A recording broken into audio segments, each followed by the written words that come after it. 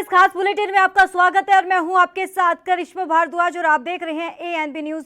पश्चिम बंगाल समेत 5 राज्यों में होने वाले विधानसभा चुनाव से पहले भारतीय जनता पार्टी ने कमर कस ली है। दरअसल आपको बता दें कि आज भारतीय जनता पार्टी के राष्ट्रीय अध्यक्ष यानी कि जेपी नड्डा के आवास पर बंगाल बीजेपी कोर कमेटी की बैठक चल रही है। इस बैठक में बंगाल चुनाव के पहले और दूसरे फेज के उम्मीदवारों पर मोहर लग सकती है। आपको यह भी बता दें कि जेपी नड्डा के आवास पर जारी बैठक में केंद्रीय गृह मंत्री अमित शाह भी मौजूद हैं। उनके अलावा कैलाश विजयवर्गीय, दिलीप घोष, शुभेंदु अधिकारी और साथ ही मुकुल राय, राहुल सिन्हा, शिव प्रकाश और अमित मालवीय भी बैठक में शामिल है। बता दें आपको यह भी कि बीते दिन बंगाल की कोर कमेटी ने कोलकाता में टिकट बंटवारे पर मंथन किया था और जिसके बाद अब दिल्ली में ये बैठक हो रही है। उम्मीद लगाई जा रही है कि केंद्रीय चुनाव समिति की बैठक के बाद जल्द ही बीजेपी की पहली लिस्ट सामने आ सकती है। बता दें आपको यह भी कि आज शाम को ही बीजेपी की केंद्रीय चुनाव समिति की भी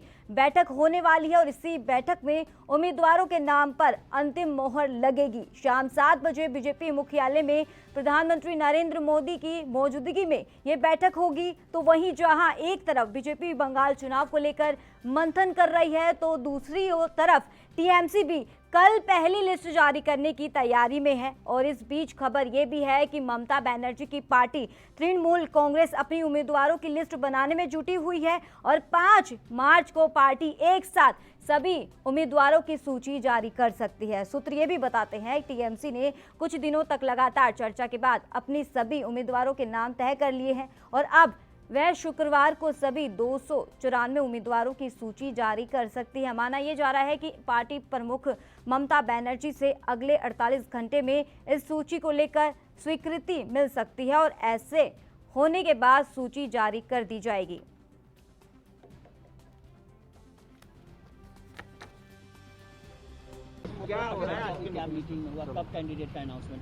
देखिए, एक हमारे यहाँ प्रक्रिया होती है। पहले जिले के कार्यक्रमों से हमने नाम लिए, फिर कमेटी में हमने चर्चा किया, फिर प्रदेश की चुनाव समिति उसमें हमने पैनल बनाई है 3-3 नामों की। वो लेकर अब राष्ट्रीय अध्यक्ष जी के यहाँ जाएंगे, उनसे चर्चा करेंगे और कोशिश करेंगे कि एक-एक नाम उसमें से निकल जाए।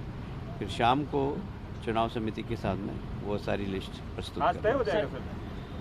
कोशिश करेंगे कि आज हो जाए। सर, अभी जो बैठक हुई उसमें किन किन चरणों को प्राथमिकता में रखा गया? प्रथम चरण के अलावा 2 चरण। सर, एक सवाल है कि टीएमसी इस बात का आरोप लगा रही है कि कोविड का जो सर्टिफिकेट है उस पर प्रधानमंत्री की तस्वीर लगी है। इसको लेकर इलेक्शन कमीशन से शिकायत किया गया टीएमसी के द्वारा। अरे भाई, जो प्रधानमंत्री सड़क योजना में ममता जी ने अपना फोटो लगा रखा है पूरे बंगाल के अंदर, प्रधानमंत्री आवास योजना में ममता जी ने अपना फोटो लगा रखा है। जरा ममता जी ये तो देखिए कि उनके राज्य में क्या हो रहा है।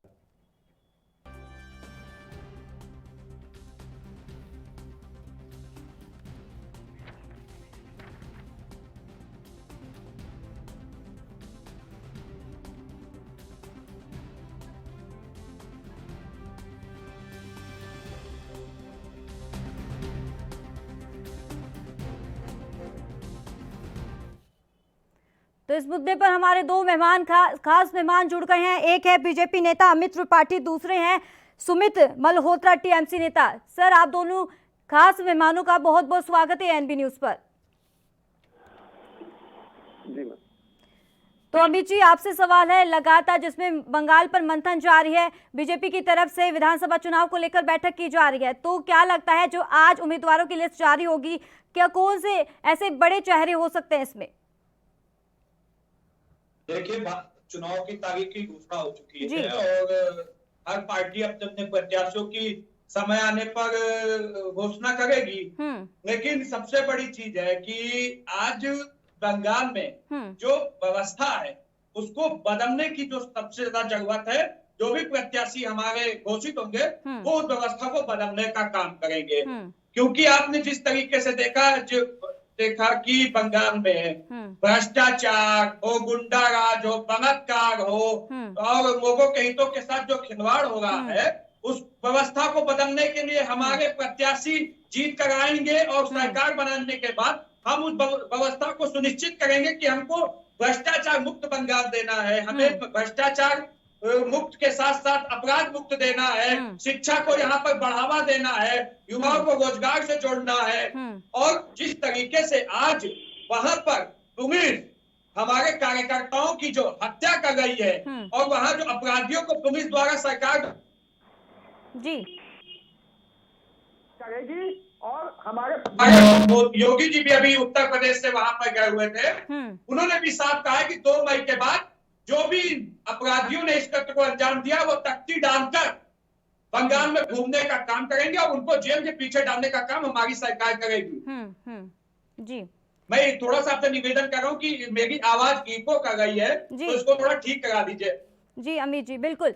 तो इसी मुद्दे पर हमारे एक और खास मेहमान टीएमसी नेता सुमित मेहरोत्रा जुड़े हुए हैं। सुमित जी, जिस तरीके से अब बंगाल में मंथन शुरू हो चुका है, बीजेपी की आज जो उम्मीदवारों की लिस्ट भी जारी हो सकती है, बैठक की जा रही है, तो आपकी तरफ से भी बताया जा रहा है कल टीएमसी की बैठक होगी, इसमें भी उम्मीदवारों की घोषणा हो जाएगी। क्या लगता है कितने ऐसे अहम चेहरे सामने आ सकते हैं? नहीं, बिल्कुल बिल्कुल आपकी बात सही है। टीएमसी की लिस्ट भी जारी हो रही है और कहीं ना कहीं दीदी को भी मालूम है कि हमें कौन से अपने प्रत्याशी उतारने हैं, जिताऊ प्रत्याशी। और कुछ चेहरे हमारे अब की बार आपको खुद देखने को मिलेगा, नए चेहरे भी मिलेंगे, क्योंकि जनता चाहती थी वहाँ पे चेंज। जनता ने कहा था चेंज के लिए, तो दीदी को भी पास ये मालूम है कि हाँ चेंज करना है और अपने नए प्रत्याशियों को उतार करके जीताऊ प्रत्याशियों को ही लड़ाना है। और जैसे हमारे माननीय अभी प्रवक्ता जी भारतीय जनता पार्टी कह रहे थे कि भ्रष्टाचार और कई मुद्दे उन्होंने गिनाए बंगाल के लिए, तो जहाँ जहाँ इनकी सरकार है इन्होंने वो चीज तो गिनाई नहीं अपने एक भी कि हमारा यहाँ पे हमारे इतना बढ़िया सुशासन चल रहा है, चाहे उत्तर प्रदेश हो चाहे मध्य प्रदेश हो, कहीं पे भी इन्होंने अपना नहीं देख रहे हैं। पर ये बंगाल ही देख रहे हैं। ऐसा इन्हें कहना नहीं चाहिए, पहले अपना घर देखें, उसके बाद किसी घर में जाकर के बयानबाजी करें। सुमित जी, जिस तरीके से बताया जा रहा है वहां पर बंगाल में गुंडा राज है, क्या सच है ये बात? क्योंकि ये अमित त्रिपाठी कह रहे हैं। अमित त्रिपाठी जी का तो आरोप लगाना तो ये भारतीय जनता पार्टी का आज तक खेल नहीं है, तो हर जगह जाके आरोप लगाते हैं गुंडा राज है। आज यूपी के अंदर कितना गुंडा राज है आप देखिए। अभी हाथरस का कांड हुआ, एक महिला ने जिसका 6 की घटना हुई थी, उसके पिताजी जाते हैं रिपोर्ट लिखाने, उसको मार दिया जाता है, खेत में डाल दिया लाश। ये कौन सा न्याय है? कौन सा योगी बाबा जी का न्याय मिल रहा है? बताइए, आप किसी को बताइए जरा। ये कितनी शर्मनाक बात है। अभी थोड़े दिन पहले की घटना है, ज्यादा दूर नहीं है, और हाथरस कांड हो, एक महिला को जला दिया जाता है रात के अंदर। तो ये जो घटनाएं हो रही हैं उत्तर प्रदेश के अंदर, ये भी जनता देख रही है कि योगी बाबा के सुशासन में, मोदी राज में कितनी घटनाएं हो रही हैं। जी अमित जी, क्या लगता है लगातार बड़े बड़े दिग्गज नेता जेपी नड्डा की बात करें, अमित शाह की बात करें, प्रधानमंत्री की बात करें, लगातार रैलियां पे रैलियां कर रहे हैं, क्या लगता है कि सीएम जो टीएमसी लगातार सीएम बनती हुई नजर आ रही है ममता बनर्जी, क्या उनको मात दे पाएंगी अब की बार? देखिए, सबसे पहले तो मैं इनकी बात का जवाब देना इसमें चाहूंगा क्योंकि इन्होंने कहा उत्तर प्रदेश को इनको पहले देखना चाहिए। तो मैं इनको बता देना चाहता हूँ, उत्तर प्रदेश में आज अपराधी जिस तरीके से हमारी सरकार बनने के बाद अपराध में कमी आई है, मैं बिल्कुल ईमानदारी से मानता हूँ कि कई जगह इस तरीके की चीजें हुई, अपराधी कई जगहों पर उन्होंने घटना को अंजाम दिया। लेकिन मैं बहुत जिम्मेदारी से पूछना चाहता हूँ, क्या किसी मंत्री या किसी हमारे नेता द्वारा उस अपराधी को संरक्षण दिया गया? नहीं दिया गया। उस पर त्वरित कार्रवाई की गई, उसको या तो हवालात के पीछे भेजा गया, पुलिस द्वारा उसको मार गिराया गया। मैं दूसरी चीज पूछना चाहता हूँ, आज उत्तर प्रदेश जब हमारी सरकार बनी थी 2017 में, तो अर्थव्यवस्था में वो 10वें नंबर पर था। आज उत्तर प्रदेश को दूसरे नंबर पर लाने का काम योगी आदित्यनाथ जी ने किया है। जहाँ तक अपराध की बात आप करते हैं, आज अपराध में चाहे भ्रष्टाचार हो, भ्रष्टाचार पर कैसे पुलिस वालों के ऊपर भी कार्रवाई हुई है, उनको जबरदस्ती टीआरएस दिलाने का काम किया गया है, और भी कई विभागों के लोगों को भ्रष्टाचार में कार्रवाई की गई है। वहाँ की तो मुख्यमंत्री खुद भ्रष्टाचारियों के साथ खड़ी है,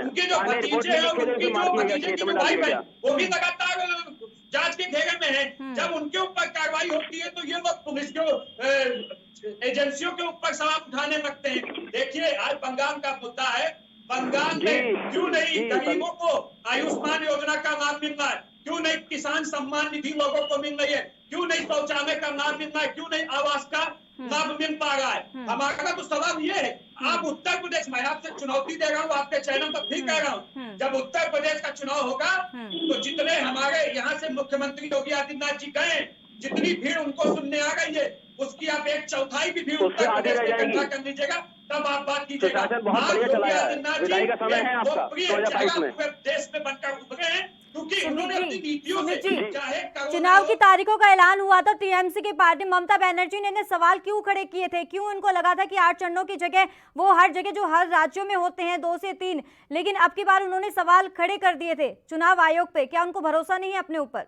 नहीं, उनको अपने पर भरोसा है, पर जिस तरीके से चुनाव आयोग एक कठपुतली के तौर पे काम कर रहा है, उसको देख करके माननीय ममता दीदी ने आरोप लगाया, और बिल्कुल सही आरोप लगाया है। जहां 230 सीटें हैं वहां पे 1 चरण में आप करा देते हैं। अभी बिहार में इससे कम सीटें थी, वहां पे 3 चरणों में चुनाव हो गया। 2019 में भी ऐसे ही आरोप लगाया था, लोकसभा चुनाव हुए थे 2019 में भी ऐसे ही आरोप लगाया था। सर इतना लंबा क्यों खींचा जाता है, इतना लंबा चरणों में क्यों लेकर के जाते हैं? एक 60 गांठ है ना। जब आपने बोला है सर, उसका जवाब दिया जा रहा है। चलिए आप बताइए। हेलो सुमित जी बोलिए। तो मैडम, जो आपने सवाल करा है मेरे से कि चुनाव आयोग कठपुतली के तौर पे इस समय भारतीय जनता पार्टी के साथ में काम कर रहा है। 8 चरणों का चुनाव नहीं होता है, 3 चरणों में चुनाव खत्म हो जाता है। कहीं पे आप देखिए 1 चरण में चुनाव खत्म हो रहा है, कहीं 2 चरणों में चुनाव खत्म हो रहा है, कहीं 3 चरणों में खत्म हो रहा है, और अभी बिहार में 3 चरणों में चुनाव खत्म हो गया। ये 8 चरणों में क्यों? क्या खूनी संघर्ष करने के लिए? नहीं, वहाँ की जनता सहन नहीं करेगी और इन्हें भारतीय जनता पार्टी वालों को सबक सिखाएगी। यानी कि आप साफ तौर पर चुनाव आयोग पर निशाना सवाल खड़ा कर रहे हैं और कह रहे हैं कि वो बीजेपी के साथ है। सुमित, अमित जी आप जवाब दीजिए। बिल्कुल। देखिए कि साफ हताशा दिख रही है, क्योंकि 2 मई को बंगाल में जो केसरिया होली खेलने जाने वाली है, ये लोग अभी से हार मान लिए। देखिए इनकी तो संवैधानिक व्यवस्थाओं में विश्वास वैसे भी नहीं है। जब इनकी ममता बनर्जी को हाईकोर्ट टिप्पणी करता है कि वो भ्रष्टाचार की जांच क्यों नहीं करवा रही है, तब वो सुप्रीम कोर्ट भाग जाती है। देखिए आज समस्या ये है, आज ममता बनर्जी जी की जमीन खिसक गई है। आज मैं इनसे पूछना चाहता हूँ, क्या चुनाव आयोग अगर भारतीय जनता पार्टी के आदेशों पर काम कर रही है, तो इससे पहले जब आप चुनाव जीत के आए, जब कांग्रेस की सरकार थी, तो क्या आप और कांग्रेस की सेटिंग से चुनाव आयोग काम करता था? आज ही से ये अभी चुनाव आयोग पे आरोप लगा रहे हैं, क्या जब ये 2 मई को नतीजे आएंगे तो ईवीएम पे आरोप लगाना इनका निश्चित है। लेकिन मैं फिर भी कहना चाहता हूँ, आज मुद्दा न ईवीएम है न चुनाव आयोग है, मुद्दा है बंगाल का विकास। आज बंगाल में इस तरीके से परिवारवाद की एक रूपरेखा आज मैं पूछना चाहता हूँ कि ममता बनर्जी से अगर कोई एक व्यक्ति का नाम बता दीजिए जो वहाँ पर मुख्यमंत्री हो सकता है। भारतीय जनता पार्टी का प्रत्येक कार्यकर्ता युवा नौकरी मांग रहा है, नौकरी नहीं है। अमित जी आवाज मिल पा रही है आपको? जी सुमित जी, आप जिस तरीके से टीएमसी ममता बनर्जी की बात करें तो उन्होंने एक और आरोप लगाया है, जो कोरोना टीकाकरण पे प्रमाण पत्र पर पीएम मोदी की फोटो लगी हुई है अपने वैक्सीन लगवाते हुए, उस पर भी उन्होंने आरोप लगाया। उन्होंने कहा है कि चुनाव आयोग की सीधे आलोचना की जा रही है और प्रमोट कर रहे हैं चुनाव को लेकर। जी बिल्कुल। जिस तरीके से चुनाव आयोग या सरकारी तंत्र माननीय प्रधानमंत्री जी की फोटो लगा करके कहीं पे भी प्रचार करने का काम कर रही है, इसे नहीं करना चाहिए। चुनाव आयोग वहाँ पे सख्ती से काम करे, माननीय प्रधानमंत्री जी की फोटो हो चाहे किसी की फोटो हो, तत्काल उसे हटाने का काम करे। ये तो प्रचार तंत्र है, इन्हें प्रचार करना है, हर कैसे भी तरीके से प्रचार करना है। अमित जी जवाब दीजिए।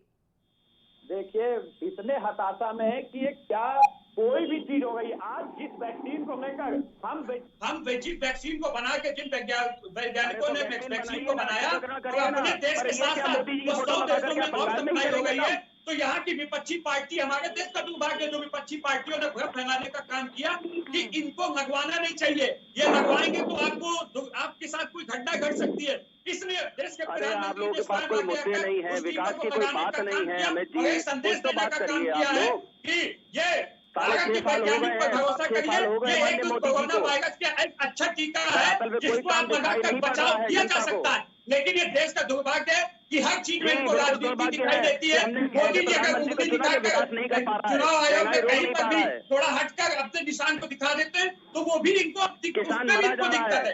देखिए दिक्कत आज बंगाल की जनता को ममता बनर्जी से है। ममता बनर्जी की जमीन खिसक चुकी है। आज इनके पास कोई मुद्दे नहीं है।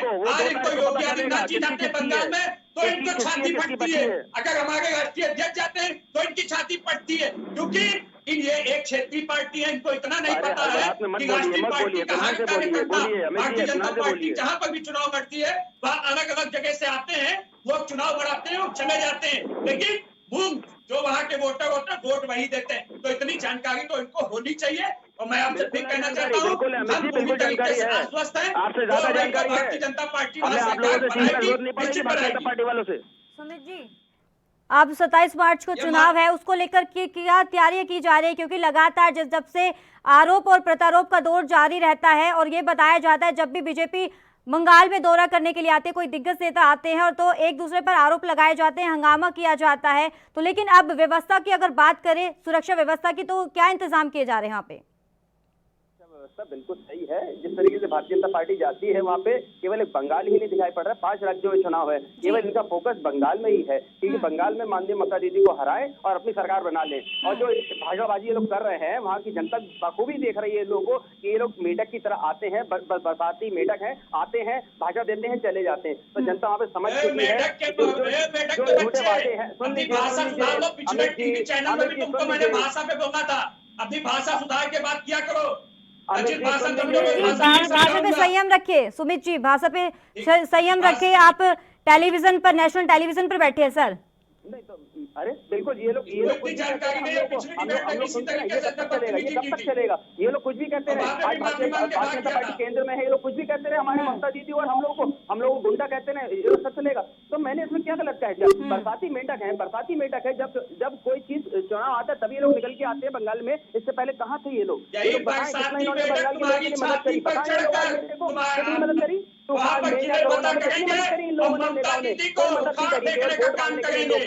दिखावा है बस, और कोई काम नहीं। न विकास की बात है, न भ्रष्टाचार की बात है, कहीं कुछ नहीं। 6 साल हो गए हिंदुस्तान में माननीय मोदी जी को, कोई विकास नहीं है, केवल अपना विकास करे पड़े, अपना, अपने 2 मित्रों का, अंबानी और अडानी जी का। ये पूरा देश देख रहा है। पेट्रोल के ऊपर रेट बढ़ते चले जा रहे हैं, गैस महंगाई होती चली जा रही है, युवा बेरोजगार होता चला जा रहा है, उसके ऊपर कोई बात नहीं है। गरीबों का शोषण करके अपनी जेब भरने का काम कौन कर रहा है? अमित जी, आपको क्या लगता है कि अब की बार आपकी बहुमत सरकार बन पाएगी बहुमत के साथ? क्योंकि जिस तरीके से लगातार किसान प्रदर्शन किए जा रहे हैं, किसानों का साफ तौर पर ऐलान कर दिया है कि अब जहां जहां चुनाव होंगे वहां हम हंगामा करेंगे, प्रदर्शन करेंगे। अब बंगाल में भी जो आने वाले में बंगाल में भी ये स्थिति देखने को मिल रही है। देखिए, मैं आपको 2-3 चीजें बता देता हूँ। नगर पंचायत चुनाव आपने गुजरात के भी नतीजे आपने देखे जी। राजस्थान में जहां कांग्रेस की सरकार है वहां के भी नगर पंचायत चुनाव के नतीजे आए, वहां पर भी आपने देखा भारतीय जनता पार्टी, जहां पर गांव के लोग वोट करते हैं, किसान वोट करता है, वहां पे भारतीय जनता पार्टी का प्रदर्शन कितना शानदार रहा। पंजाब में खामियाजा भुगतने को मिला। सुनिए, मैं कह रहा, अरे इस बेवकूफ को पहले चुप कराइए,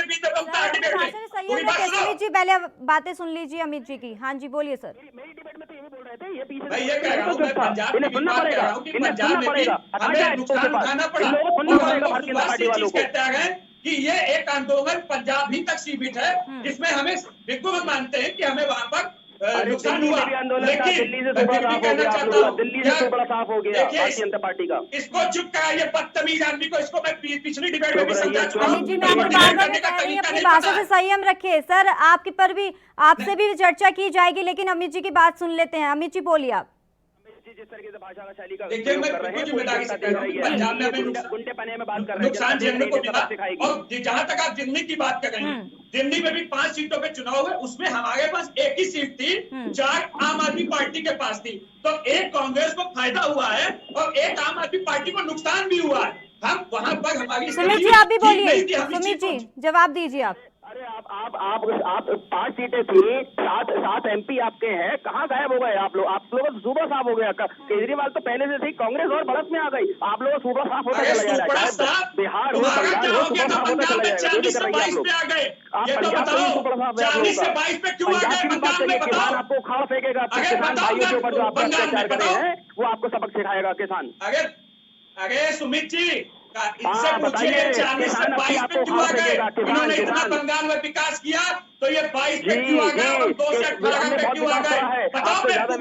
किसान भाइयों के हम भी समझते हैं क्या दुख दर्द है। माननीय मोदी जी दुख दर्द नहीं समझते हैं उनके। जब वोट लेना होता है तो भाइयों बहनों मित्रों, झूठे वादे हम कर रहे हैं, आज करते रहेंगे, ये यही करते हैं। लखनऊ में बैठने से तुम चुनाव नहीं जीतोगे, उत्तर प्रदेश से तुम बंगाल का चुनाव नहीं जीतोगे, उत्तर प्रदेश में जी वो तो जनता इन्हें बताएगी मैडम, इन्हें जनता बिल्कुल सबक सिखाएगी इस बात अगर जनता तो तुम्हें बताई गई है, अमित जी जनता तो तुम्हें बताई गई है। अमित जी, क्या आप बंगाल में बैठे हैं जो आपको पता है? देखिए, हमारे उत्तर प्रदेश के कार्यकर्ता भी वहां गए, हमारे स्वयं मुख्यमंत्री वहां गए, हमारे क्योंकि राष्ट्रीय पार्टी हमारे पास कार्यकर्ता और नेताओं की कमी नहीं है, हमारे पास हर नेता आप किसान की बात कर रहे हैं, किसान की बात कर रहे हैं, आप कह रहे हैं किसान परेशान नहीं है, तो प्रदर्शन क्यों कर रहे हैं? कहीं ना कहीं असर आपके आगामी चुनाव पर भी पड़ने लगा है। दिल्ली की बात करें, दिल्ली में भी जिस तरीके से हाल देखे आपने, पंजाब की बात करें तो पंजाब में भी जो स्थिति थी वो आपने देखी है। किसान की बात कर रहे हैं सर, किसान को लेकर ही बातचीत कर रहे हैं। आपने बता दिया, ठीक है, अच्छी बात है। तो गुजरात बताइए ना, यहाँ तो 2, 4, 5, 10 सीटों पे चुनाव हुआ, उसमें हमने स्वीकार की, लेकिन जहाँ पर एक बड़े स्तर पर चुनाव हुआ, जहाँ पे हमने सुपड़ा साफ कर दिया, वहाँ आम आदमी पार्टी, कांग्रेस सब सफा हो गए। वहाँ की चर्चा नहीं होगी, वहाँ किसान नहीं है। गुजरात में, उत्तर प्रदेश में किसान नहीं है। और मैं आपको बता दूं, अभी पंचायत चुनाव का इंतजार कीजिए उत्तर प्रदेश में। आप बहुत किसान और बहुत उसकी बात हो गई है। पंचायत चुनाव में हम भारतीय जनता पार्टी यहाँ पर पंचायत चुनाव में एक तरफा जीतने जा रहे हैं। बंगाल में हम 2 मई को सरकार बनाएंगे। ये पूरे विश्वास के साथ किसानों की बात करें, बंगाल में क्या स्थिति है किसानों की? देखिए मैडम, जहाँ तक ये बातें करते हैं वहाँ पे हमारा 76 लाख किसान हैं, किसान भाई हैं हमारे, पर ये 23 लाख के ऊपर बात करते हैं कि हमारा 23 लाख हमारा डाटा है और बाकी नहीं है। तो ये ऐसा चलेगा। इन्होंने किसान निधि की बात करें तो किसान निधि भी तो इन्होंने 73 लाख देनी है। हमारी पीएम भी कह रही है 73 लाख किसान निधि दीजिए, आप 23 लाख को नहीं मत दीजिए।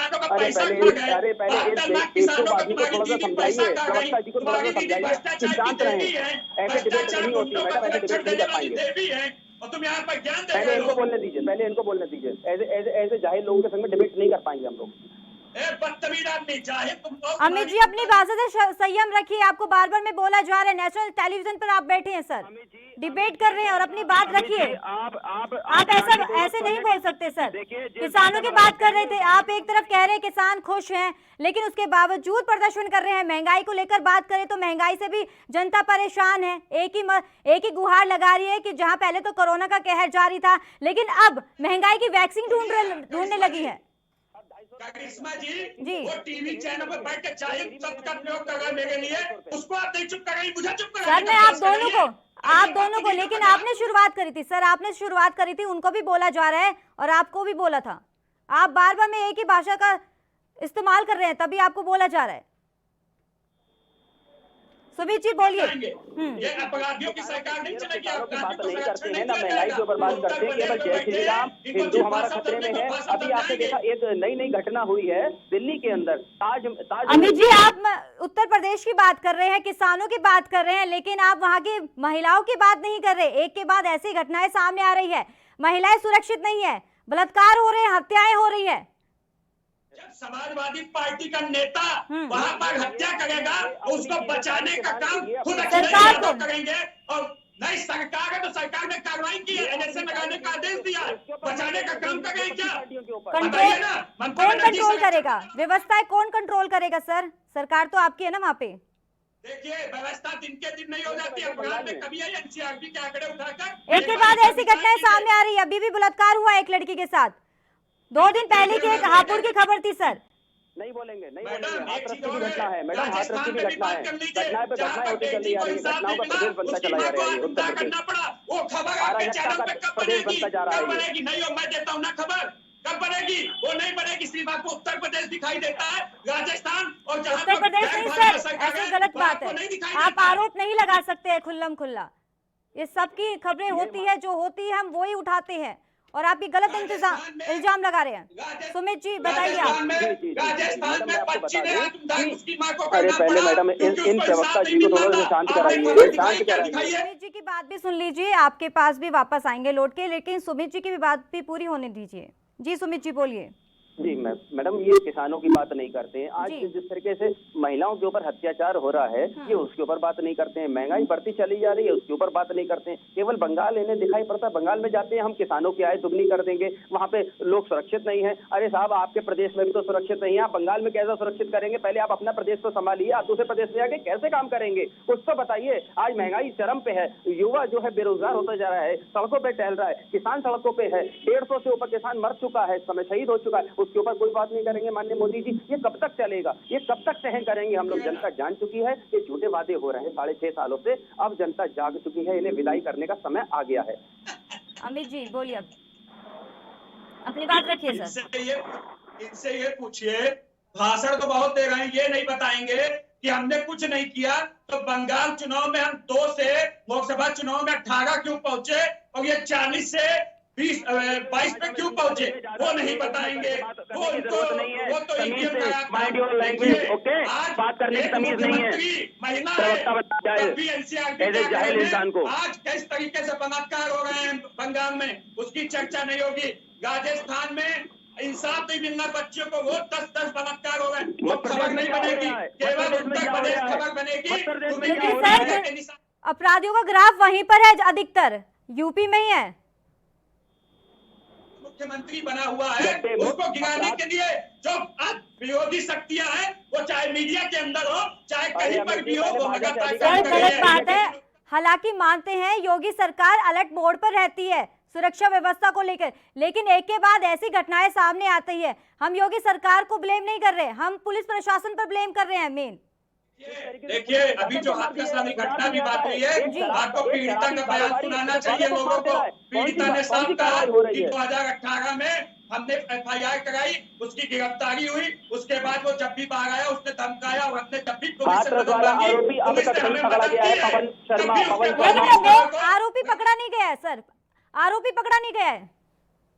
फेल है ये सरकार। इनाम घोषित किया गया है, इनाम तो किसान जो पीड़िता तो ये भी कह रही है, गुहार ये भी लगा रही है कि पुलिस प्रशासन जब तक है हमारे साथ हम सुरक्षित है, लेकिन उसके बाद पुलिस चली जाएगी तो हम कहाँ सुरक्षित रहेंगे, ये भी इल्जाम लगा रही है। ये आरोप है। देखिए आरोप नहीं है, ये उन्होंने अपनी चिंता जाहिर की है, तो इसके लिए भी सरकार प्रतिबद्ध है। सरकार उस बच्ची और परिवार को सर, चुनाव को लेकर हम बातचीत कर रहे थे, हम चुनाव को लेकर बातचीत कर रहे थे। अहम रणनीति क्या है आपकी आने वाले समय में? देखिए, रणनीति सीधी साफ है। जो वहां पर व्यवस्थाएं हैं, जो वहां पर हिंसा सरकार है, आंदोलनकारी सरकार है, हिटलरशाही की सरकार है, उसको उखाड़ फेंकना मकसद है। और जो गरीब तबके के लोग हैं, जिनके हितों को ये लोगों ने बर्बाद करने का काम किया है, बंगाल की अस्मिता से छेड़छाड़ करने का काम किया है, उन चीजों को पुनः हमें स्थापित करने के लिए हमारी सरकार आएगी तो हम काम करेंगे। जनता तो आपकी ही है, आपको भी काम करना चाहिए था। दिक्कत होगी। अमित जी आप उनकी भी सुन लीजिए। सुमित जी बोलिए। अमित जी को तो पहले तो अमित जी की भाषा शैली आप थोड़ा सा सही कराइए। मुझे आप चुप कराती हैं। अमित जी आपको चुप नहीं कराया जा रहा, आपकी बात रखी जा रही है लगातार, लेकिन सुमित जी की भी बात सुन लीजिए। सुमित जी आप भी बोलिए। इस तरीके से अगर डिबेट होगी तो मैडम शायद हम लोग डिबेट नहीं कर पाएंगे। नहीं सुमित जी आप अपनी बात रखिए, सुमित जी आप अपनी बात रखिए जी, बोलिए। गुंडागर्दी ये लोग जो सड़कों पे करते हैं वो या डिबेटों पे कर रहे हैं। देने वाले गुंडे। अमित जी आप फिर से अपनी भाषा से संयम नहीं रख रहे हैं सर।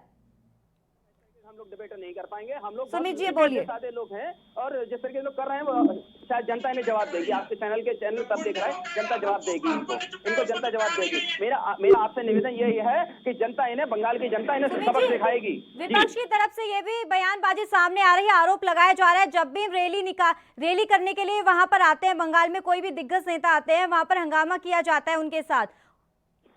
नहीं ऐसा कुछ नहीं है। ये भारतीय जनता पार्टी वाले बहुत शरीफ व्यक्ति हैं जो अभी थोड़े दिन पहले हमारे माननीय मंत्री एक रेल परिसर पे को हमला हुआ है और अभी 2 दिन पहले एक मंत्री के ऊपर और हमला हुआ है। तो ये लोग बमबाजी से जिस तरीके से कर रहे हैं, अपने ही लोगों को मार रहे हैं। एक इनके बैरकपुर के सांसद हैं अर्जुन सिंह, शायद आज इनको उनका इतिहास मालूम है, नहीं है मालूम है। मैं बहुत अच्छी तरीके से जानता हूँ क्योंकि वो टीएमसी में पहले थे।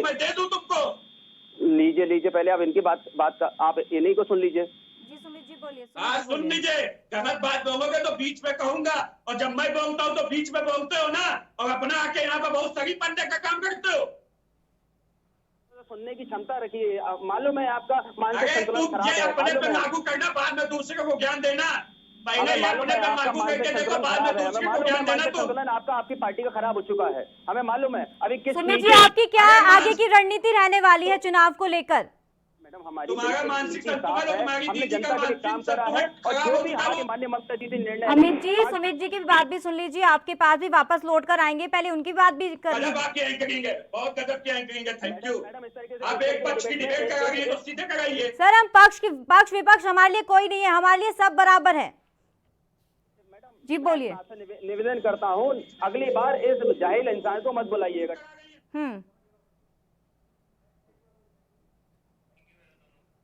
चलिए, आप दोनों खास मेहमानों का बहुत बहुत शुक्रिया अहम चर्चा के लिए।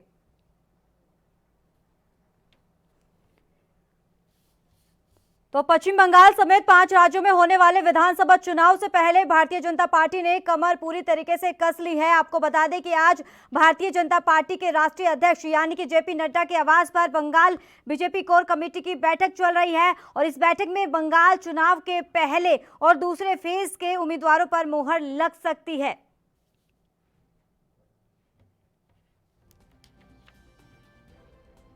साथ ही आपको बता दें इस बैठक में बंगाल चुनाव के पहले और दूसरे फेज के उम्मीदवारों पर मुहर लग सकती है और जेपी नड्डा के आवास पर यह बैठक लगातार जारी है।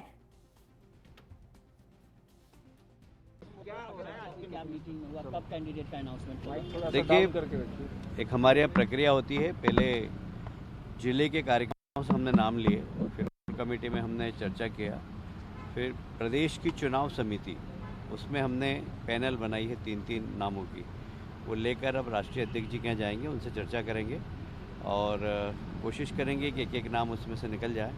फिर शाम को चुनाव समिति के सामने वो सारी लिस्ट प्रस्तुत करेंगे। कोशिश करेंगे कि आज हो जाए। सर, अभी जो बैठक हुई उसमें किन किन चरणों को प्राथमिकता में रखा गया, प्रथम चरण के अलावा? 2 चरण। सर, एक सवाल है कि टीएमसी इस बात का आरोप लगा रही है कि कोविड का जो सर्टिफिकेट है उस पर प्रधानमंत्री की तस्वीर लगी है, इसको लेकर इलेक्शन कमीशन से शिकायत किया गया टीएमसी के द्वारा। अरे भाई, जो प्रधानमंत्री सड़क योजना में ममता जी ने अपना फोटो लगा रखा है पूरे बंगाल के अंदर, प्रधानमंत्री आवास योजना में ममता जी ने अपना फोटो लगा रखा है। जरा ममता जी ये तो देखिए कि उनके राज्य में क्या। इस खास बुलेटिन में फिलहाल इतना ही, दीजिए इजाजत, नमस्कार।